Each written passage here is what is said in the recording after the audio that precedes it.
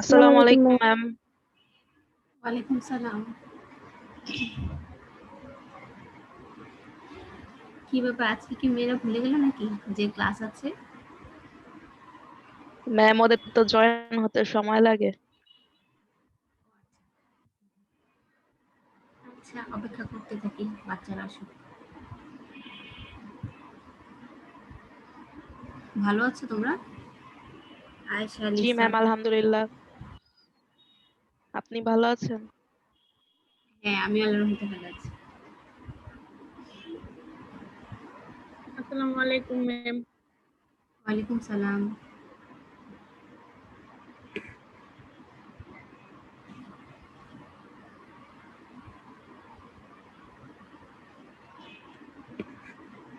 চারজন স্টুডেন্ট এসেছে: ইশরাত জাহান মৌ, আয়েশা রহমান, লিসা আর রামিশা নাওয়াল। বাকি বাচ্চাগুলো গেল কোথায়?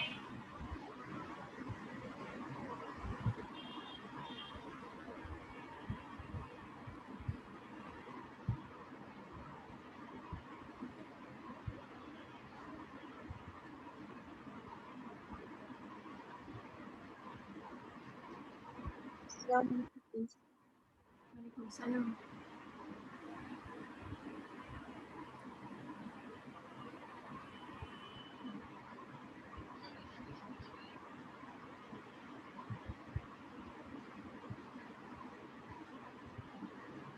আমাদের আরো কিছুক্ষণ অপেক্ষা করতে হবে, কারণ অন্য সময় এই টাইমের মধ্যে 15-20 জন এসে পড়ে। আজকে মাত্র আমি সহ 7 জন। আরো কয়েক মিনিট অপেক্ষা করে পড়ালেখায় চলে যাবে।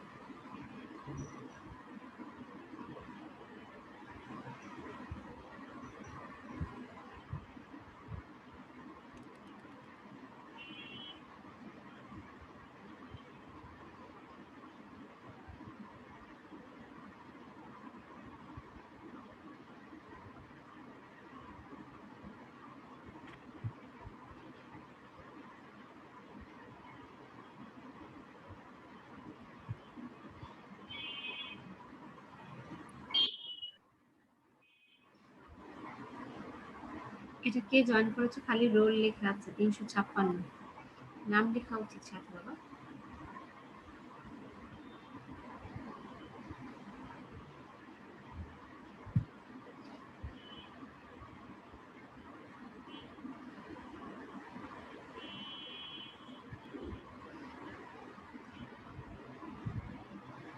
ঠিক আছে, সবাইকে শুভ সকাল জানিয়ে আমাদের ক্লাস শুরু করছি।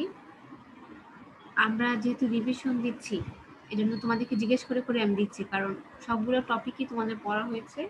তারপর যেটা তোমাদের আরেকটু জানা দরকার, পড়া দরকার, সেই বিষয়টি আমরা পড়াবো। গত ক্লাসে আমরা কোনটা শেষ করেছিলাম দেখি তো, কার মনে আছে? 52 দিনগুলো।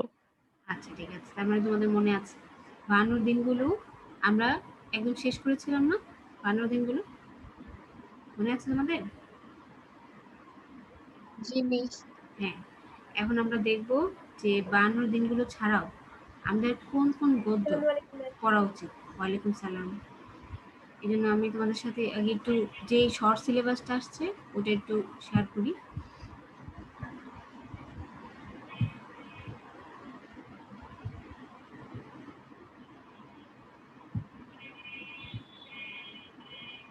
সবাই স্ক্রিনে দেখতে পাচ্ছ তোমাদের যে শর্ট সিলেবাসটা এসেছে? জি ম্যাম। আচ্ছা, অপরিচিতা, আমার পথ, 52 দিনগুলো, রেইনকোট, নেকলেস। এর মধ্যে 52 দিনগুলো আমাদের হয়ে গিয়েছে। আর আছে অপরিচিতা, আমার পথ, রেইনকোট, নেকলেস। এর মধ্যে কোনটা আগে পড়ানো, মানে পড়াবো সময় থাকলে সবগুলো, কিন্তু কোনটা আগে পড়ানো তোমাদের প্রয়োজন বলে মনে হয় বলো দেখি। সবচেয়ে বেশি যেটাতে ভোট আসবে ওইটা দিয়ে পড়ানো হবে। পুরোটাই পড়ানো উচিত না? Ma'am, necklace. নেকলেস। আচ্ছা, আর আর কেউ আছে নেকলেসের পক্ষে অথবা অন্য কিছুর পক্ষে?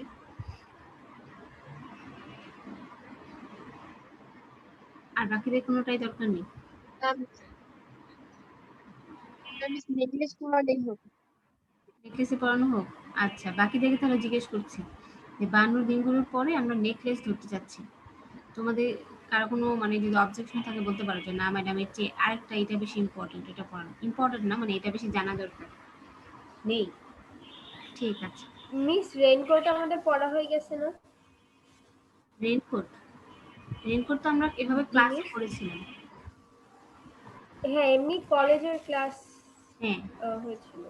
হ্যাঁ তখন হয়েছে, সবগুলো আমাদের কলেজের ক্লাসে হয়েছে, আবার যেগুলো হয়নি সেগুলো আমরা ওই যে ইউটিউবে ক্লাস নিয়েছিলাম না, তখন তো জি দিয়েছিলাম। মিস।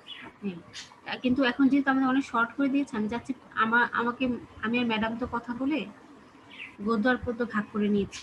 তো যেহেতু গদ্যগুলো আমি দেখবো, এই জন্য আমি চাচ্ছি সবগুলাই পড়াতে, কিন্তু বাই চান্স যদি হঠাৎ কোনো পরীক্ষার ডেট দিয়ে দেওয়া হয়, এই জন্য আগেই হচ্ছে যেগুলো তোমাদের প্রয়োজন ওগুলো পড়াবো, তারপর মানে তোমাদের আরেকটু পড়া প্রয়োজন, তারপরে বাকিগুলো পড়াবো।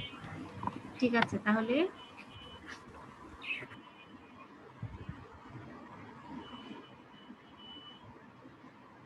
যেটা করবো সেটা হচ্ছে তোমাদের মেন বইতে চলে যাই। তোমাদের কাছে বইটা আছে না? জি ম্যাম।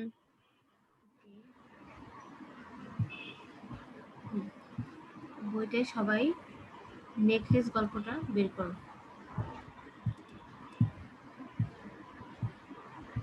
আমরা তো আরেকটা গল্প পড়েছিলাম না, মহাজাগতিক কেরুতর, কিন্তু ওইটা তো আমাদের শর্ট সিলেবাসে নেই। জি ম্যাম। ঠিক আছে,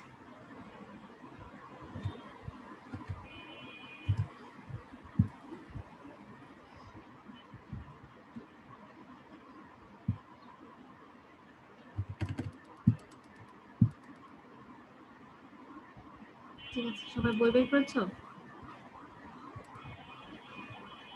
জি ম্যাম।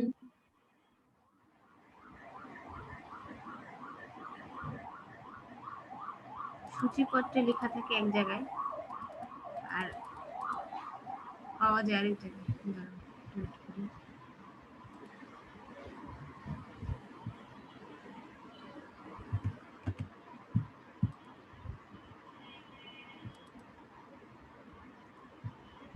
খুবই ধীরে ধীরে আমার বাচ্চারা আসছে ক্লাসে।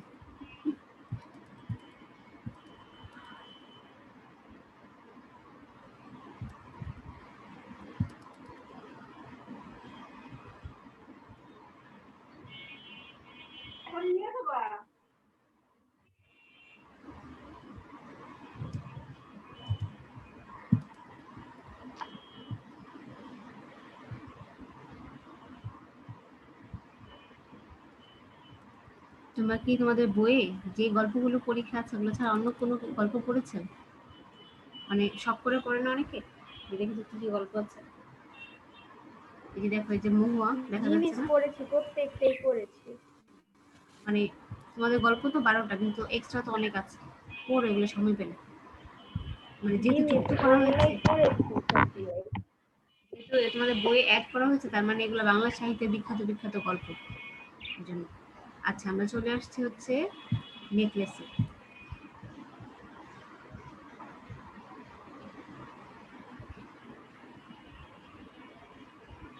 ওকে, গিদা মোপাসা রচিত একটা ছোট গল্প, আর এটাকে অনুবাদ করেছেন বাংলাদেশের লেখক ও সাহিত্যিক পূর্ণেন্দু দস্তিদার। গিদা মোপাসা কোন দেশের অধিবাসী ছিলেন বলো তো? ফ্রান্সের। হ্যাঁ, আর পূর্ণেন্দু দস্তিদার কোন অঞ্চলের মানুষ ছিলেন, মানে এলাকার নাম কি? চট্টগ্রাম। তাহলে দেখো, কোন ফ্রান্স আর কোন চট্টগ্রাম, দুই অঞ্চলের মানুষ একটা গল্পের সূত্রে একত্রিত হয়েছে। নেকলেস হচ্ছে একটা গহনার নাম, যেটা মেয়েদের অনেক শখের জিনিস, তাই না? এই শখের জিনিস কিভাবে একটা মানুষের জীবন পরিবর্তন করে দিতে পারে, সেটা হচ্ছে এই গল্পের মূল প্রতিপাদ্য। মানুষ লোভ থেকে কোন পর্যায়ে যেতে পারে, মানে বিলাসিতা জীবনকে কোন ধ্বংসের দিকে নিয়ে যেতে পারে, এবং সেখান থেকে শিক্ষা পেয়ে মানুষ কিভাবে জীবনে উত্তরণ ঘটাতে পারে। মানে এমন না যে এই গল্পের যে মেয়েটা, তোমরা তো গল্পটা আগে আমার সাথে পড়েছো, এই গল্পে যে আমরা দেখি মাতিলদাকে, হ্যাঁ, আমরা যাকে দেখি, যাকে বলা হয় যে এই গল্পের নায়িকা, হ্যাঁ, সে কি করছে, দেখা যাচ্ছে যে বিলাসিতার কারণে সবসময় মন খারাপ করে রাখে, কিন্তু একসময় কি হয়, সে তার ভুল থেকে শিক্ষা অর্জন করে। শেষে দেখবে হতাশা দিয়ে কিন্তু গল্পটা শেষ হয় না। দেখা যায় যে যেই নারীটা অনেক অলস ছিল, অনেক মানে এমন টাইপের ছিল যে সবকিছুতে বিরক্তি প্রকাশ করতো, সেই নারীটি কিভাবে পরিবর্তিত হয়ে গিয়েছে, জীবনকে একটা সুন্দর দৃষ্টিতে দেখছে। আচ্ছা, সে ছিল কি? প্রথমে গল্পের শুরুতে লেখক বর্ণনা করছেন, এটা কিন্তু উত্তম পুরুষে বর্ণিত না, মনে রাখবেন। উত্তম পুরুষে বর্ণিত তোমাদের একটা গল্পের নাম বলো তো, দেখে বলতে পারো নাকি?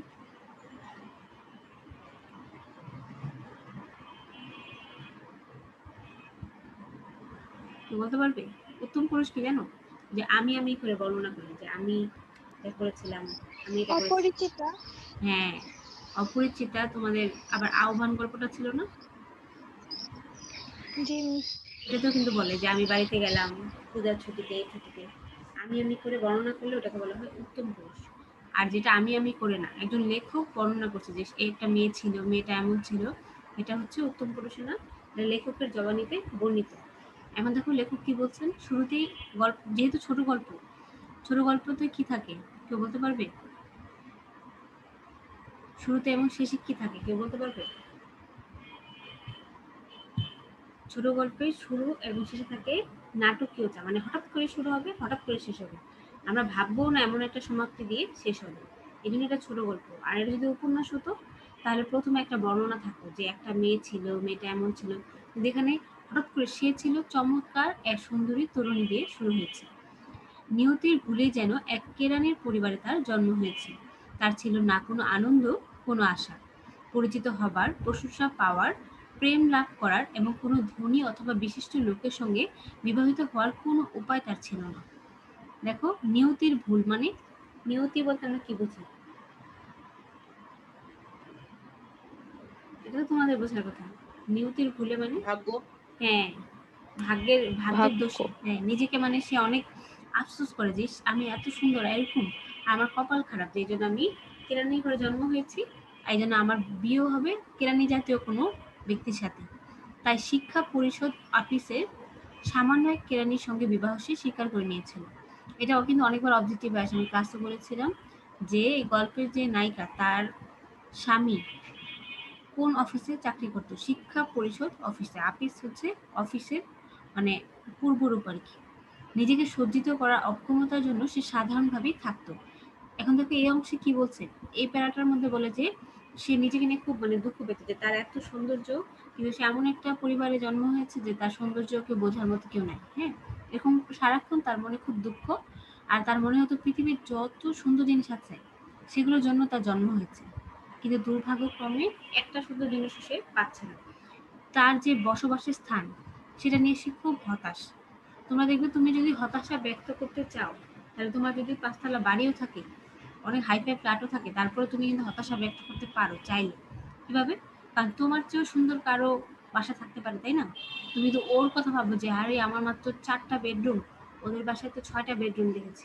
এরকম হতাশা ব্যক্ত করতে পারো চাইলে, হ্যাঁ? কিন্তু তুমি যদি তোমার জিনিস নিয়ে সন্তুষ্ট থাকো, তাহলে তোমার ছোট্ট একটা বাসাও তোমার কাছে অনেক বড়। তো এই গল্পের যে চরিত্র কেন্দ্রীয়, সে কি, তার যে ঘরের হতশ্রী দেওয়াল সবকিছু তাকে দেখে অনেক, তার অনেক কান্না চলে আসে আর কি।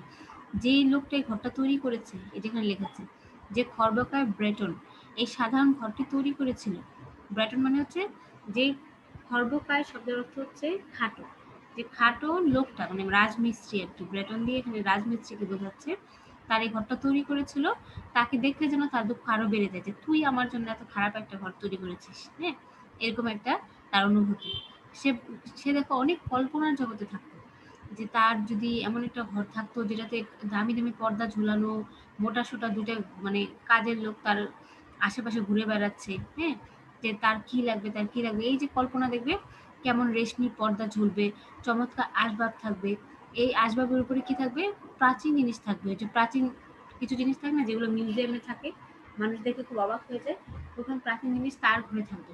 যেসব পরিচিত আকাঙ্ক্ষিত পুরুষ সব মেয়েদের কাম্য, সেসব অন্তরঙ্গ বন্ধুদের সঙ্গে বিকাল ৫টায় গল্পগুজব করবার জন্য ছোট সুরভিত একটা কক্ষ সেখানে থাকবে। মানে কত যে আকাঙ্ক্ষা, আকাঙ্ক্ষার শেষ নেই। মানে সে বাড়িঘর কল্পনা করে ফেলেছে, কাজের লোকও কল্পনা করে ফেলেছে, পাশাপাশি এলাকার মধ্যে থাকে না কিছু পুরুষ যাদের অনেক মান সম্মান থাকে, অনেক মানে ভালো পোস্টে চাকরি করে বা সবাই তাদেরকে পছন্দ করে, সেই সব পুরুষরা তার বন্ধু থাকবে এবং তারা সবাই মিলে বিকাল 5টায় গল্প করবে। মানে কোন ধরনের, কোন লেভেলের তার কল্পনা, হ্যাঁ? তারপরে 3 দিন ধরে ব্যবহৃত একখানা টেবিল ক্লথ ঢাকা গোল একটা টেবিলে তার স্বামীর বিপরীত দিকে সে যখন সান্ধ্য ভোজে বসে। সান্ধ্য ভোজ মানে কি? কে বলতে পারবে? পারবে না? চেষ্টা করতে তো পারো।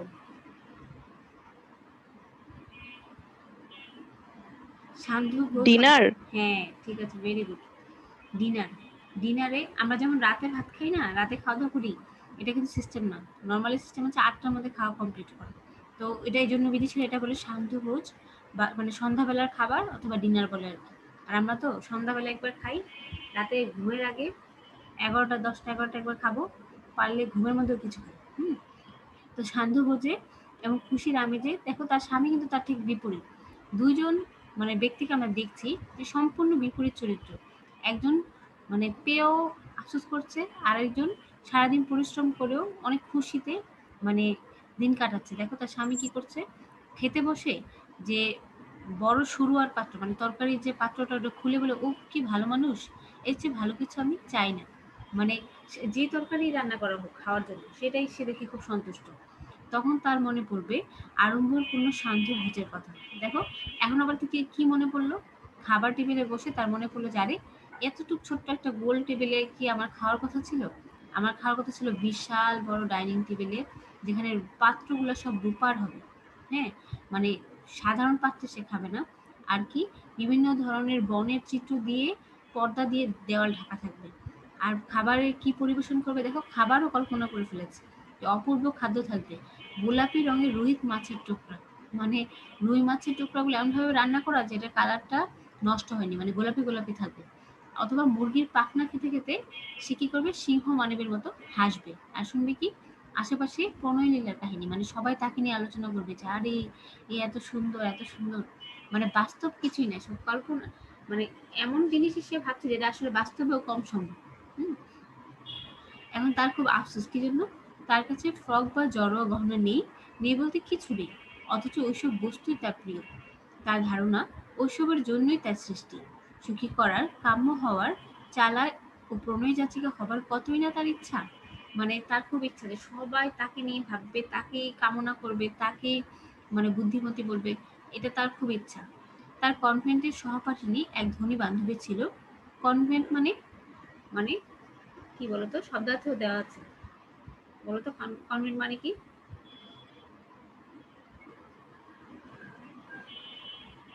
দেখে দেখে বলতে পারবে না? খ্রিস্টান নারীদের মিশনারিদের দ্বারা পরিচালিত স্কুল। হ্যাঁ, এটা একটা স্কুল যেখানে খ্রিস্টান উম, মানে খ্রিস্টান নারীরা এটা পরিচালনা করে, মেয়েরা এখানে পড়ে। তো ওখানে তার যে সহপাঠিনী ছিল সেই মেয়েটা ছিল খুব ধনী একটা ঘরের সন্তান। তো তার সঙ্গে দেখলো তার জিদুক্ত, দিস এ এত ধনী আর আমি এত গরিব। তার বিরক্তি, দুঃখ, হতাশা ও নৈরাশ্যে সমস্ত দিন ধরে সে কাঁদতো। মানে কোথাও গিয়ে যদি ওই বান্ধবীর সাথে দেখা হতো, বাসায় এসে সারাদিন সে কাঁদতো। এক সন্ধ্যায় হাতে একটা বড় খাম নিয়ে বেশ উল্লসিত হয়ে তার স্বামী ঘরে ফিরল। সে বলল, এই যে তোমার জন্য এক জিনিস এনেছি। মেয়েটি তাড়াতাড়ি খামটা ছিঁড়ে তার ভিতর থেকে একখানা ছাপানো কার্ড বের করলো। তাতে নিচের কথাগুলো মুদ্রিত ছিল, জনশিক্ষা মন্ত্রী ও মাদাম জর্জ রেমপূর্ণ আগামী 18ই জানুয়ারি সন্ধ্যায় তার নিজ বাসগৃহে মুসিয়ে ও মাদাম লুইসেলের উপস্থিতি কামনা করেন। দেখো এটা কিন্তু অবজেক্টিভ আসে যে তাদেরকে কার পক্ষ থেকে দাওয়াত দেওয়া হচ্ছিল, জনশিক্ষা মন্ত্রী ও তার তার স্ত্রী। হুম মাদাম জর্জ রেমপূর্ণ বলতে বোঝাচ্ছে কি, মাদাম মানে বোঝাচ্ছে মিসেস, আর ওই মন্ত্রীর নাম হচ্ছে জর্জ রেমপূর্ণ। মানে মন্ত্রী এবং মিসেস মানে ওই জর্জ রেমপূর্ণ দুজন মিলে তাদের বাসায় দাওয়াত দিয়েছে। আমাদের যে গল্পের যে নায়ক নায়িকা, নায়ক নায়িকা বলা যায় না, প্রধান যে দুই চরিত্র তাদের উপস্থিতি কামনা করছে। এটার অবজেক্টিভটা আসে যে কোন সময়, 18ই জানুয়ারি, মানে টাইমটা হচ্ছে 18 জানুয়ারি আর সময়টা হচ্ছে সন্ধ্যায়। তার স্বামী যেমন আশা করেছিল তেমন ভাবে খুশি হওয়ার পরিবর্তে মেয়েটি বিদ্বেষের ভাব নিয়ে আমন্ত্রণ লিপিখানা টেবিলের উপর নিক্ষেপ করে বিড়বিড় করে কি বলে, দেখো ওখানে নিয়ে তুমি আমাকে কি করতে বলো? কিন্তু লক্ষ্মীটি, আমি ভেবেছিলাম এতে তুমি খুশি হবে, তুমি বাইরে কখনো যাও না, তাই এই এক সুযোগ, চমৎকার এক সুযোগ। স্বামী তো সারাক্ষণ মানে ভাবে যে কিভাবে করে অল্পের মধ্যে স্ত্রীকে সন্তুষ্ট করতে পারে, কিন্তু দেখো ভেবেছে কি তার স্ত্রী তো বড় বড় লোকদের সাথে মেলামেশা পছন্দ করে, বড় বড় জায়গায় যেতে চায়, তাহলে সে হয়তো খুশি হবে যে শিক্ষামন্ত্রীর বাসায় যাব, অনেক খুশি হয়ে যাওয়ার কথা। তার মতো একটা সামান্য কেরানি কত কষ্ট করে যে শিক্ষামন্ত্রীর কার্ড সংগ্রহ করেছে সেই জানে, অথচ তার স্ত্রী তো খুশি হলোই না, উল্টো কি করলো, ছুরি মারলো। এই এটা জোগাড় করতে আমার অনেক কষ্ট হয়েছে, সবাই একখানা চায় কিন্তু খুব বেছে বেছে দেওয়া হচ্ছে, কর্মচারীদের বেশি দেওয়া হয়নি। সেখানে তুমি গোটা সরকারি মহলকে দেখতে পাবে। বিরক্তির দৃষ্টিতে তার দিকে তাকিয়ে মেয়েটি অধীরভাবে বলে উঠল, ওই ঘটনার মতো একটা ব্যাপারে কি পরে আমি যাবো বলে তুমি মনে করো? মানে তার প্রথম চিন্তা এসেছে যে তাকে দেখতে কেমন লাগবে, হ্যাঁ, কোন ড্রেস পরে যাবে, এই চিন্তায় সে এই চিঠিটা উড়িয়ে মেরেছে। সে সম্পর্কে কিছু ভাবেনি, মানে তার স্বামী কিন্তু অত দূর ভাবেনি যে আরে ড্রেস কি পরবে, ভেবেছে ড্রেস আবার কোন ব্যাপার হলো, একটা ভালো ড্রেস পরে গেলে হলো, আমার বউ তো সুন্দর। কিন্তু আসলে এত দূর পর্যন্ত সে ভাবেনি। সে খুব বিব্রত হয়ে কি বলল, কেন, আমরা থিয়েটারে যাবার সময় তুমি যে পোশাকটা পরো সেটা পরবে, ওটা আমার কাছে খুব সুন্দর লাগে। তার স্ত্রীকে ফুপিয়ে ফুপিয়ে কাঁদতে দেখে সে আতঙ্কে নির্বাক ও হতবুদ্ধি হয়ে গেল। মানে কান্নার কি হলো, মানে সে অবাক হয়ে গিয়েছে যে আরে বাবা রে, কান্নাকাটি শুরু হয়ে গিয়েছে। তার চোখের পাশ থেকে বড় বড় দুফোঁটা অশ্রু তার গালের উপর গড়িয়ে পড়লো। সে থতমত ভাবে বলল, কি হলো, কি হলো তোমার? হ্যাঁ, মানে তার স্ত্রী যে কান্না করছে, সে মানে খুব কষ্ট পাচ্ছে যে কেন কান্না করছে। প্রবল চেষ্টায় মেয়েটা কি করলো, তার বিরক্তি দমন করে সিক্ত গণ্ড মুছে ফেলে। সিক্ত গণ্ড মানে কি?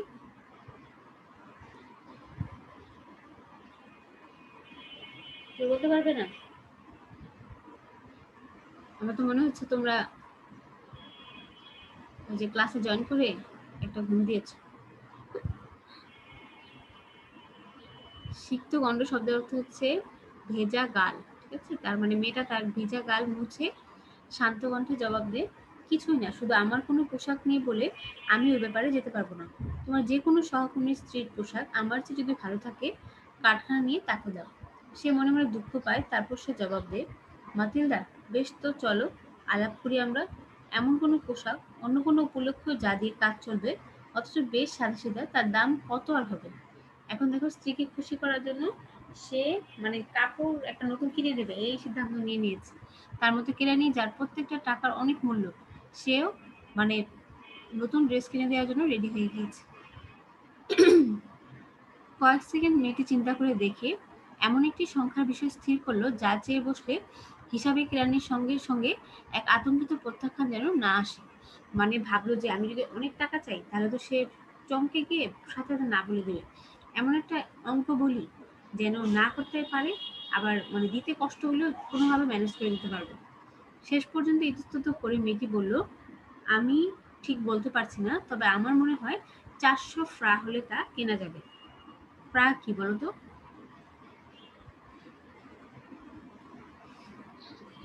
ফরাসি মুদ্রার নাম।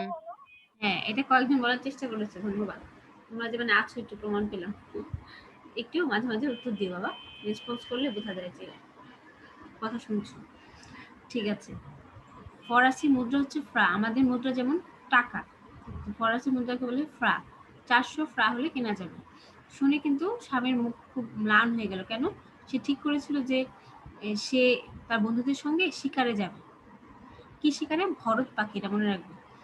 ভরত পাখি শিকারে যাবে ভেবেছে, তার বন্ধুরা গিয়েছিল আর কি, সে ভেবেছিল সেও এর পরের গ্রীষ্মে যাবে, এই জন্য একটা বন্দুক কিনবে। আর বন্দুক কেনার জন্য সে 400 ফ্রা জমিয়েছিল। তা সত্ত্বেও সে জবাব দিল, এখন নিজের ইচ্ছাকে দমন করছে। দেখো পৃথিবীতে যেসব মানুষ স্যাক্রিফাইস করে, তাদের শুধু স্যাক্রিফাইস করে যেতে হয়। আর যারা খালি অন্যকে দাবি ভোগ করতে চায়, তারা অন্যের ভাগ থেকে কেড়ে নিয়ে নেয়। এখানে দেখো তার স্বামী কিন্তু নিজের ইচ্ছাটাকে ত্যাগ করে স্ত্রীর ইচ্ছাটাকে প্রাধান্য দিল, যে আচ্ছা ঠিক আছে 400 ফ্রা দিব, একটা সুন্দর পোশাক কিনবো। এখন যতই নাচের দিন এগিয়ে আসছে, ততই কি হচ্ছে, এই যে মাদাম লুসেফ সে আরো বেশি উদ্বিগ্ন। মানে সে খুশি হওয়ার কথা যে তার নতুন ড্রেস হচ্ছে, তার স্বামী লক্ষ্য করলো, করে বললো, কি ব্যাপার, তোমার কোনো কিছুতে মনোযোগ নেই, কি হয়েছে? মেয়েটা বললো কি যে আচ্ছা আমি যে ড্রেস পরবো মানে সাথে কোনো হার লাগবে না, আমার তো দামি কিছু নেই। এটা কি দেখো তো, এটা কিন্তু সম্পূর্ণ মনের ব্যাপার। সে যদি ভাবতো যে না, আমি আমার কাছে থাকে না, সবাইকে আর স্বর্ণ আর হীরা পরে যায় অনুষ্ঠানে, ইমিটেশনের জিনিসও তো আছে যেগুলো মানে দেখতে একেবারে স্বর্ণের মতো, কিন্তু ওগুলো দেখতে ভালো লাগে। মানে তোমাকে মানাবে না এটাই তো বড় কথা। এটা তো ব্যাপার না যে মণিমুক্তা পরে যেতে হবে। সে বলছে তার নিজের মনে হয় যে গরিব। আসলে তুমি তোমাকে যা ভাবো পৃথিবী তোমাকে সেই চোখে দেখবে। তুমি যদি ভাবো যে আমাকে দেখতে গরিব গরিব লাগে, তাহলে সবাই তোমার গরিব গরিব চোখে দেখবে। তাকে কিন্তু কেউ বলেনি যে তাকে দেখতে গরিব গরিব মনে হবে, তাই সে এখন যাবে না। হ্যাঁ, তার স্বামী কি বললো যে একটা কাজ করতে পারো, সত্যকার ফুল দিয়ে তুমি সাজতে পারো। এই ঋতুতে তাতে বেশ সুরুচিপূর্ণ দেখায়। 10 ফ্রা দিলে তুমি 2টি কি 3টি অত্যন্ত চমৎকার গোলাপ ফুল পাবে। এটা তো শুনে মোটেও রাজি হলো না। সে কি বলল, না, ধনী মেয়েদের মাঝখানে পোশাকে পরিচ্ছদে ওরকম খেলো দেখানোর মতো আর বেশি কিছু অপমানজনক নেই। খেলো শব্দের মানে হচ্ছে সস্তা, মানে আমি নিজেকে এত সস্তা দেখাতে চাই না। সব ধনী ধনী মেয়েরা যাবে ভালো ভালো গয়নাগাটি করে, আমি ওভাবে যাবো না। তখন তার স্বামী চেঁচিয়ে কি বললো দেখো, আমরা মানে প্রথমে কেউ যদি পরের লাইনটা না পড়ে তখন কি ভাববে যে তার স্বামী চেঁচিয়ে উঠলো মানে হচ্ছে তাকে রাগ দেখালো, আসলে কিন্তু তা না। তার মাথায় একটা আইডিয়া আসলো, আচ্ছা কি বোকা দেখো তো আমরা, যাও তোমার বান্ধবী মাদার ফোর্স্টিয়ারের সঙ্গে দেখা করে তাকে বলো যে তার কাছ থেকে কি আনতে, গহনা আনতে। এইটুকু আদায় করার তো তার সঙ্গে তোমার পরিচয় যথেষ্ট। মানে তোমার কেমন বান্ধবী যদি এটা না দিয়ে যাও তুমি। এই প্রস্তাবটা কিন্তু মাথিলদার খুব পছন্দ হলো, সে আনন্দ ধ্বনি করে উঠলো। তারপর সে কি বললো দেখো, সত্যি তো, এটা আমি ভাবিনি। মানে নিজে তো এখন কেনার সামর্থ্য নেই, কিন্তু এমন বান্ধবী আছে যার কাছে প্রচুর গহনা আছে। তো সে বললো এটা তো আমি ভাবিনি। পরদিন তার বান্ধবীর বাড়িতে গিয়ে তার দুঃখের কাহিনী তাকে বলল।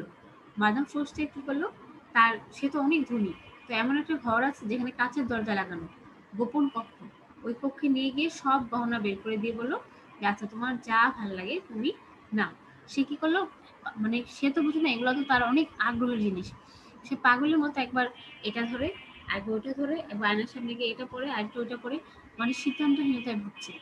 সবই মানে মানুষের যে বিলাসিতা অথবা লোভ, ওটা থেকে এসবের সৃষ্টি। কিন্তু শেষ পর্যন্ত কিন্তু আমরা জানি যে সে যে গহনাটা মানে পছন্দ করে পরার জন্য, ওটা কিন্তু ইমিটেশনের গহনা, হ্যাঁ, নকল গহনা, স্বর্ণের না। তো সে যদি পরের কাছ থেকে নিয়ে স্বর্ণের গহনা ছাড়া অন্য গহনা করতে পারে, তাহলে নিজের একটা তো করতে পারতো। সম্পূর্ণ মনের ব্যাপার, যে ওর কাছে যা আছে সবই দামি, স্বর্ণের একদম দামি হীরা জহরতে ঘেরা। তার বান্ধবীগুলো সব তার কাছে অনেক দামি, আর নিজের কাছে জিনিস তার কাছে দামি না। সে এতগুলো দেখেও, এক বক্স ভর্তি জিনিসপত্র দেখেও তার পছন্দ হয় না। তারপর সে জিজ্ঞেস করে কি, আর কিছু তোমার নেই?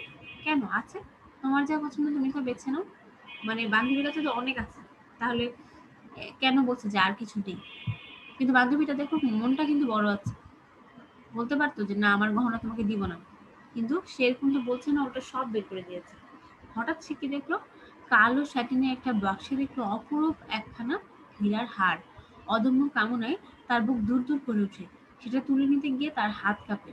সে তার পোশাকের উপর দিয়ে সেটা গলায় তুলে নেয় এবং সেগুলো দেখে আনন্দে বিহ্বল হয়ে যায়। তারপর উদ্বেগ ভরা ইতস্তত ভাবে সে জিজ্ঞাসা করলো, তুমি ওইখানে আমায় ধার দিবে শুধু এটা? মানে সে চাচ্ছিল এমন আনকমন কিছু যেটা দেখে মানে সবার চোখ একদম ঝলসে দেয়। সেই জন্য স্বর্ণ টর্ণ সব বাদ দিয়ে একেবারে হীরার হারের উপর হাত দিয়েছে।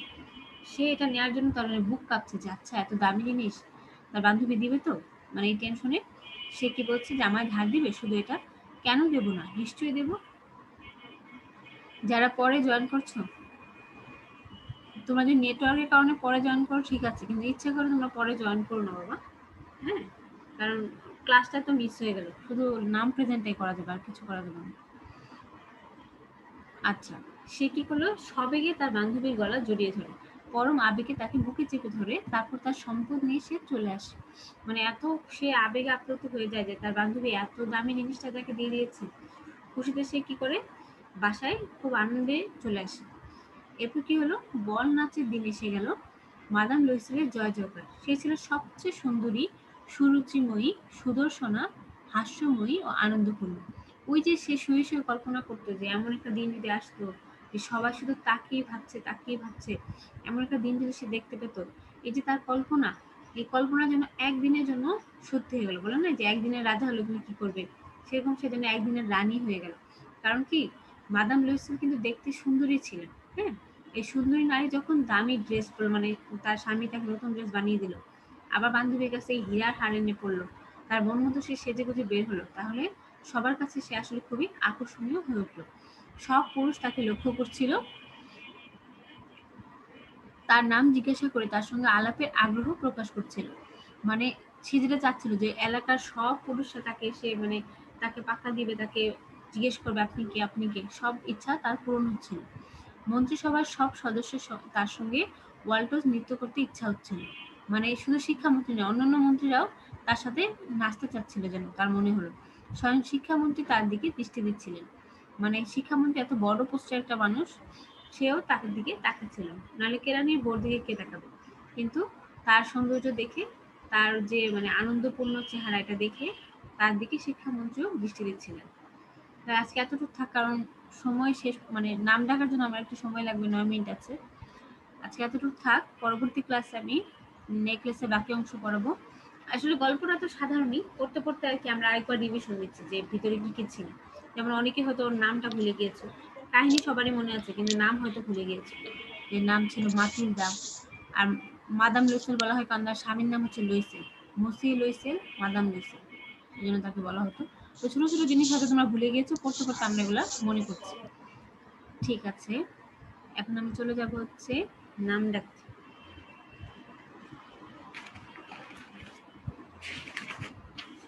দেখতে তো সময় চলে যায়, দেখো ফেব্রুয়ারি মাসও শেষ হয়ে যাচ্ছে, তাই না?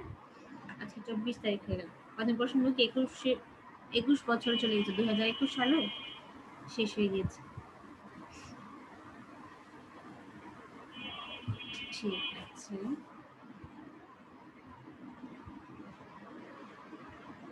সেকেন্ড ইয়ারের বিজ্ঞান, বিজ্ঞান সায়েন্স থেকে কারা কারা আছে বলো? 301 থেকে, আসলে অনেক কম মানুষ আছে যে সায়েন্সের শুরু থেকে বলতে থাকে, বলো। 305 305 বলতে থাকো, পরে কার হতে পারে? 329 329,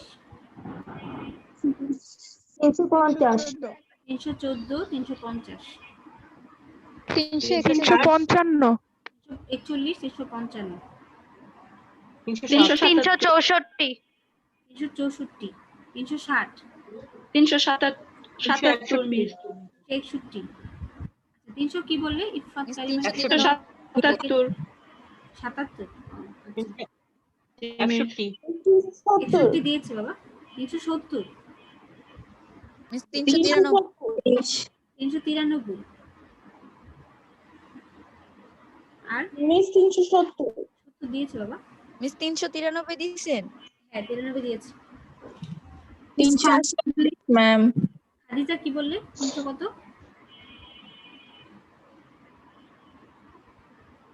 এইমাত্র কে বললে 300? আমি এইমাত্রটা লিখতে পারি 348 48। আচ্ছা, 93 পরে আমি 381 381, 400 কত? মিস 18375 511 18375, 18375 আর 411, ওকে। আর মিস 18375 দিয়েছেন? হ্যাঁ বাবা দিয়েছি। কি 407 বললে? দিয়েছি। সায়েন্সের আর কি আছে বলো? সবাই দিয়েছো? মিস 377 দিয়েছেন? হ্যাঁ 377 দিয়েছি। আর কেউ নেই? আচ্ছা, কম মেয়ে তো, আমি একটু বলে দিই কারা কারা প্রেজেন্ট দিয়েছো। 305, 29, 14, 350, 41, 55, 64, 360, 61, 377, 370, 393, 48, 81, 1800, 375। আচ্ছা, 411, 407। আর কেউ নেই? ঠিক আছে, কমার্স থেকে বলো। 201 থেকে 205, 225 225, 207 207, 216 216, মিস 235 235।